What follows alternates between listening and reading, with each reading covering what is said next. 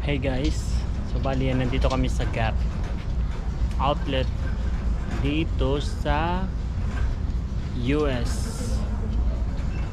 Bali titingnan namin kung magkano ang difference. Kasi sa totoo lang ang mga prices dito is syempre American dollars. So kung i-convert mo pa rin sa sa Canadian, syempre mahal pa rin. Like ito, ganitong price. Magkano to? Ayan guys, oh. $8.99. So tapos meron pa siyang 30% off. So magkano na lang yun, mami? Like ganito, oh. Damit mga pambabae. Mahal pa din. Diba?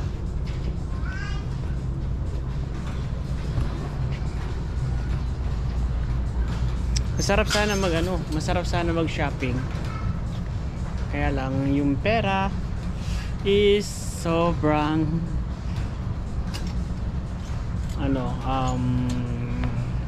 mailap sa amin. Hindi, nakakapanghinayang lang gumastos kasi syempre American dollar eh.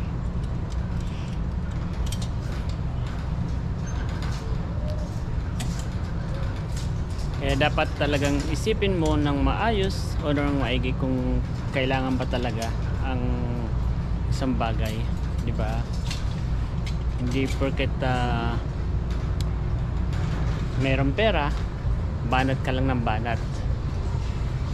Yan.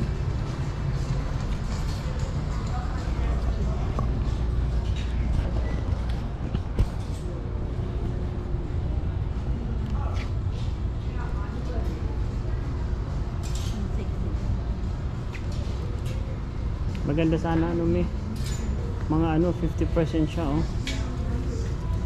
Ganda ng polo, oh. So doon na lang tayo sa hindi ka rin makakabili kasi talaga dito eh.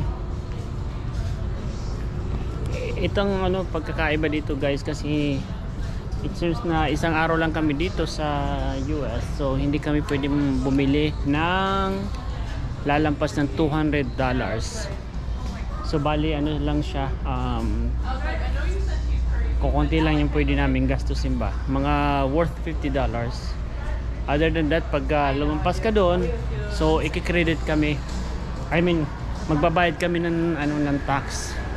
Kaya ganun, doon na lang kami sa outlet sa Canada side kami bibili.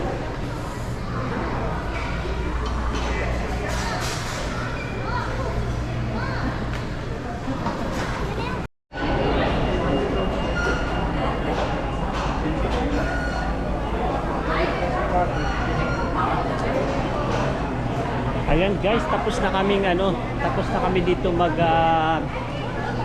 kain dito sa food court, dito outlet pa rin dito sa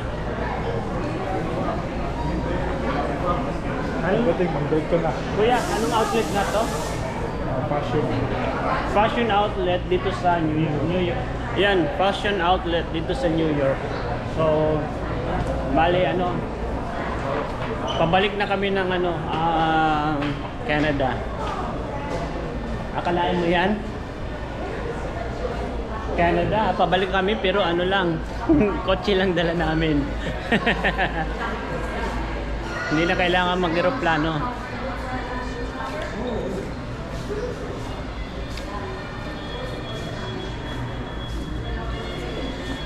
Litan ka ng mga polo. Kuya, okay, oh. Okay.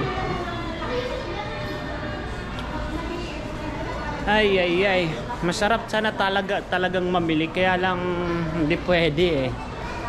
Baka lumampas kami sa sa budget. And yun nga, may limit kasi eh.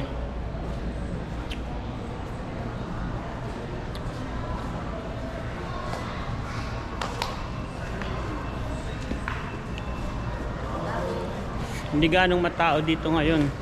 kasi palibasa weekdays, but I guess during weekends full pack talaga ang outlet na to. Kita nyo naman. If you want to be updated on all of my videos, please don't forget to like, share, and comment. And please press the notification bell for more updated videos.